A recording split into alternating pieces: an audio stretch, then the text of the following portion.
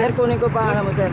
Magte-treatin ng tao sa kalsada. Bakit nakaganyan ka? Bakit nakaganyan ka? Huwag mo sasaktan. Bakit mo sasaktan? Oo nga, bakit nakaganyan siya? Huwag mo sasaktan. Alam Karapatan mo ba yan? Karapatan mo ba yan? Karapatan niya yan, tinatakot mo eh. Hindi ko siya tinatakot. Narinig na nga eh. Oo nga, sinabi ko sa kanya, tatandaan ko mukha dahil... Oo, ayun na nga eh.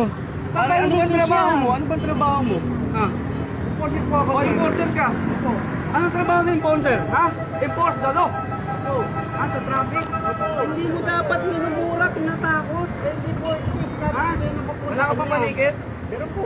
O, huwag kang lalapit sa driver para mulakin yung driver, ha? Opo. Sino ba nagtutulong sa inyo niyan? Sino ba lecturer mo sa ano? RA 4136? Ano po? Ha? Sinuro ba yan? Hindi po. Tawagin mo ko, sabi ko, Police Inspector Pagatuan ako. Sige po. Tinatarantado mo doon. Pakilala na ako sa'yo. Huwag kayo mag-aaway sa kalsada. Sinabi niya po kayo. Narikitan mo, hindi yung murahin mo. Bulawin mo sa kalsada. Hindi ko yung trabaho ng traffic enforcer, ha? Huwag ka pala kumalang eh. Sir, ano na tayo, sir? Ano na po tayo sa... Gusto mo, makarating tayo kahit saan? Payag yan. Nagpa-assist sa akin yan. Minumura-mura ako eh. Nagpa-assist sa akin dito yan, ha? Ang sabi sa rule. Ay, pulis pala to. So murag ka ng